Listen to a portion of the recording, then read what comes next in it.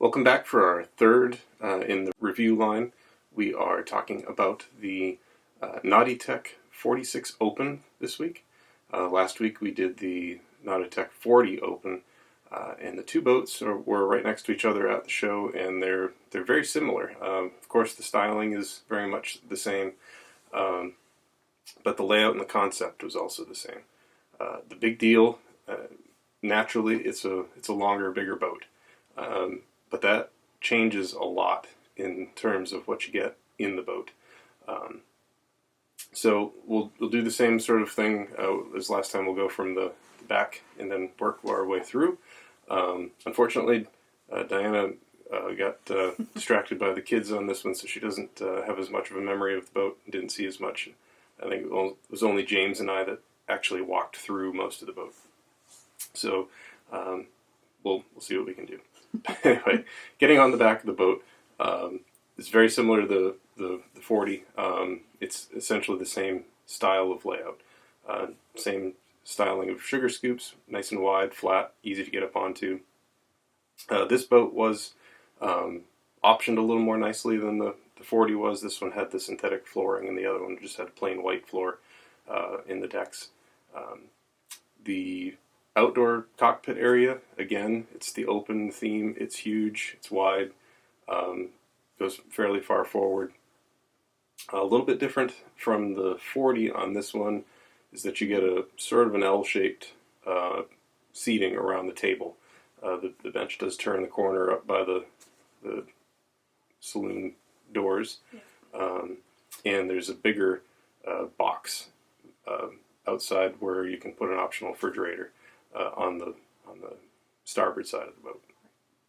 It does have the same two outboard helm stations with optional stainless steel covers that you can put on them, and you can enclose those on three sides if you'd like. The same style and type of seating, a fixed helm seat with a fixed backrest, which is a big upgrade from the XS. Apart from that, it's almost identical in most other ways to the 40, except for that it's bigger. So it's a little bit wider back there. It actually may be a little bit shorter from bow to stern direction than the 40 is in the outdoor area. But we'll get into that when I review the specs later.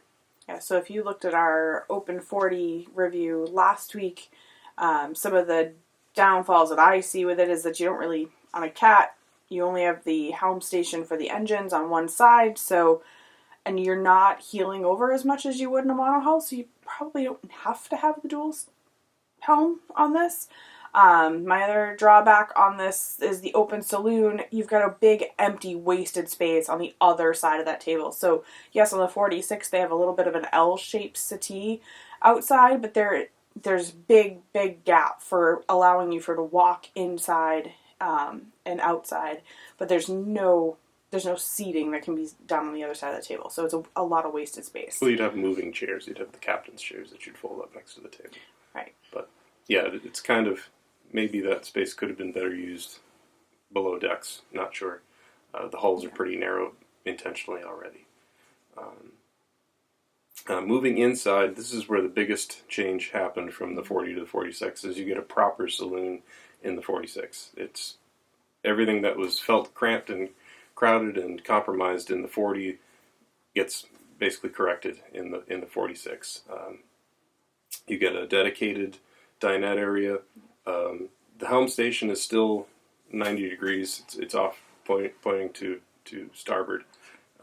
With no backrest on that helm station either. Yeah, so you're just sitting on a bench. It's the second half of that L. Yeah, it's a bench seat. It is a nice bench. It wraps around the compression post for the mast, but you're not going to sit at the desk and lean back on anything. You'd have to put a pile of cushions there or something. Right.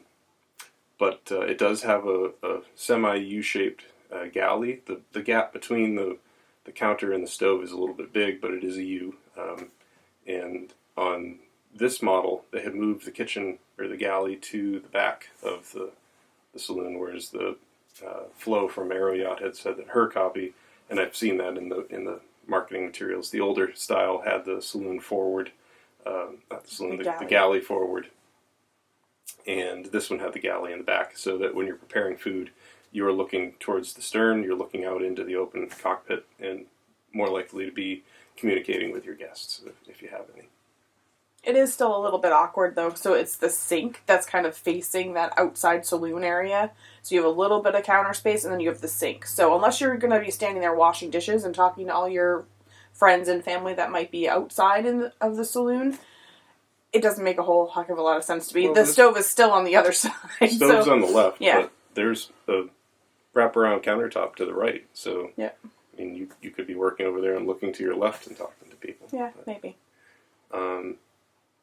In the other corner, there's a place for the refrigerator, drawer refrigerator, and a little countertop area. And then the stairs down. But you get the same giant windows, sloped windows, nice big opening hatches in the front. For cross ventilation. Just feels much better, much more storage in there. Feels less compromised. So from there, we'll go down into the guest hull. So that's the starboard side on this boat again. It was very much the same type of styling as the 40, but the big change here is you get a little bit wider. So the rear berth, the rear bed is wider. It's still not a full walk around. Instead of giving you the walk around, they made the bed wider. It does have a double cut, so there's a cut on each corner versus just one on the 40. But the other big thing that you get is 2 bathrooms. So there are 2 separate heads and showers, one for each of the guest staterooms. And the bathrooms themselves are bigger too, if we compare layout one over the other. And you did get a proper separate shower with a door on it on these. Apart from that, there really isn't a whole lot different. The 46 did get the double windows this year, like the 40 did, so those are nice big viewing windows out of both of those staterooms. Back up and over to the owner's suite, where there's interesting minor changes between the two. I think the biggest difference is in the bathroom. The bathroom got a bit bigger. The hull's a little bit wider, so the shower area is a little bit wider. But the hull is 6 feet longer. So there's, instead of having the head in the same room as the sinks and the showers, there's actually a separate water closet for the head in the owner's hull. And that leaves more room in the bathroom. There's a double sink basin instead of a single, and a nice countertop that looks out through that big giant window, double window. So if you're doing makeup or whatever, I'm not sure what you do over there. I'm not sure either. I think it's a waste to have that. It's just a ledge. I wouldn't even call it a countertop. It's probably 6 inches, maybe 8 inches 8 deep. to 12, I'd say. But I mean, if I'm putting my makeup on, or if I'm putting my contact lenses in, or something like that, I'm not looking out the window when I'm doing that. I may use that window for lighting, just so I have natural light when I'm doing my makeup, but I'm not facing out the window. No, you're probably looking in the mirror when you're doing most doing of this my makeup. Brushing your teeth, brushing your teeth you don't have to. You could turn around and brush and look out. But it is a nice, bright, open, airy bathroom. Mm-hmm. Agreed. Walk back towards the rear again. You come through a bit of a longer hallway there with the extra door for the head. But from there, the layouts are almost identical, except for where the position of where the companionway stairs come down. They're just pushed a little bit further forward. When you lay the two layouts on top of each other, you can see that you've actually not really gained or lost anything between the two hulls there, except for a little bit of width. The layout's almost exactly the same. The desk is right where you come down to the bottom of the stairs. The big thing is, again, the bed is a little bit wider, and it's got the double cut. I think there's a bit more storage on the inboard side of the master bed. Same thing on the guest side. I think there's a second shelf where there was only one in the 40, and it looks like it's deeper with some compartments in there that you could be stowing and hiding some things. But overall, the look and the feel is very similar, but noticeably more spacious. Not dramatic, but it's noticeable. Right.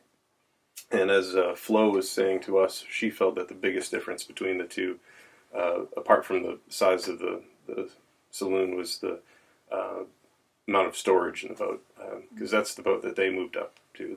They moved from the 40 to the 46, so they must have a pretty good grip on that difference. But she felt that it was a significant improvement in storage between the two.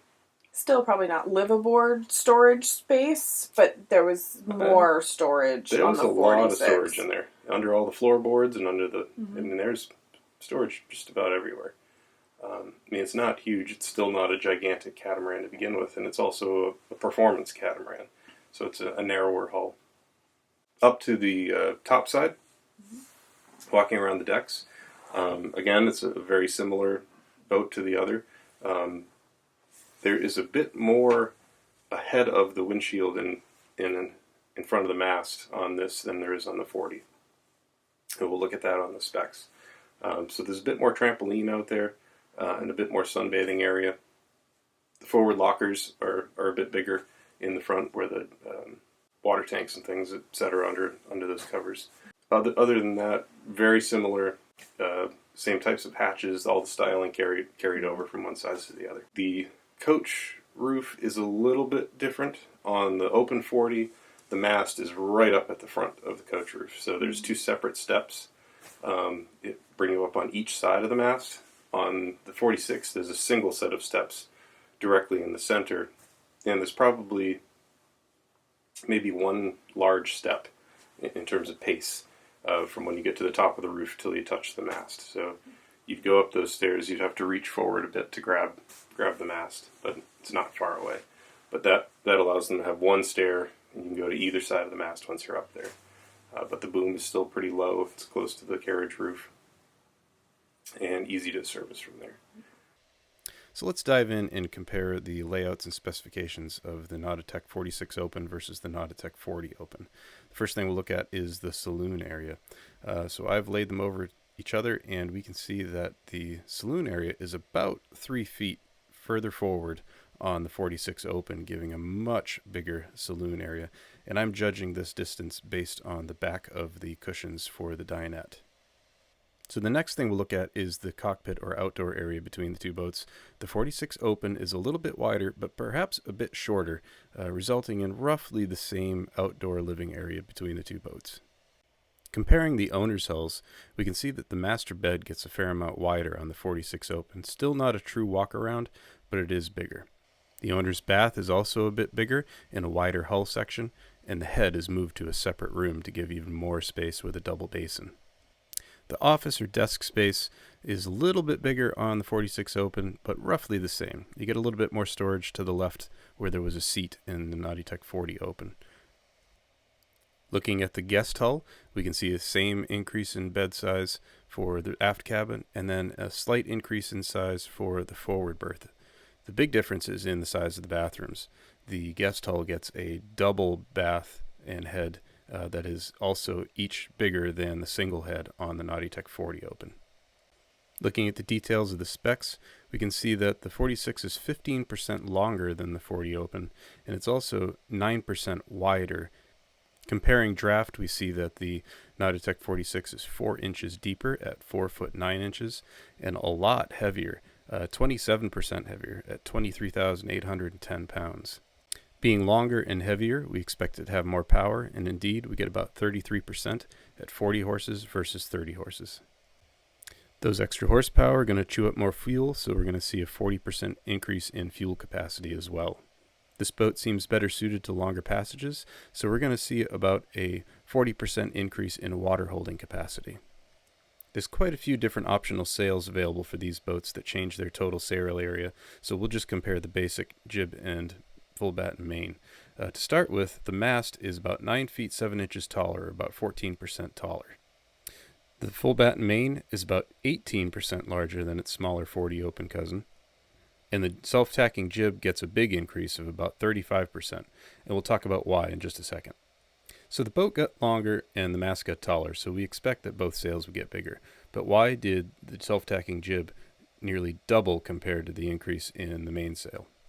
We can see that when we set the two overlays centered on the mast position, that the hull length behind the mast stays roughly the same between the two boats. But forward of the mast, there's a big difference. The Nautitech 46 Open gets quite a bit longer, about 17% longer.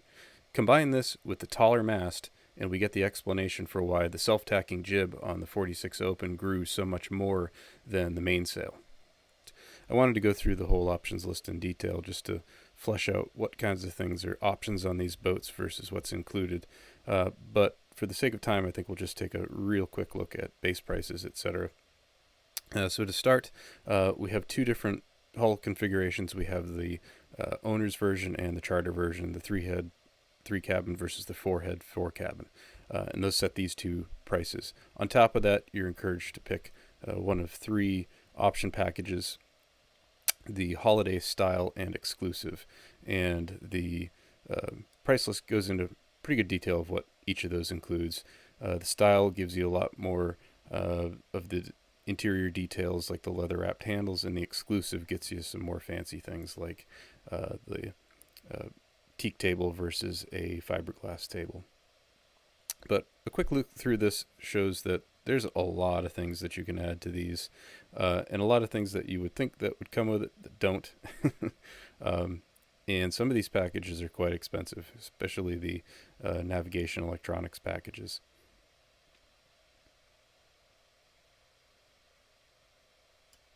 So yeah, that's my take. I like these. We're torn. She doesn't like them. I'm not a big fan of these, but I mean there are some good points. Like you said, the 46 with the sort of U-shaped galley. It is nice and open. Nice cross ventilation with big windows in the interior saloon, allowing that breeze to come off the front of the boat.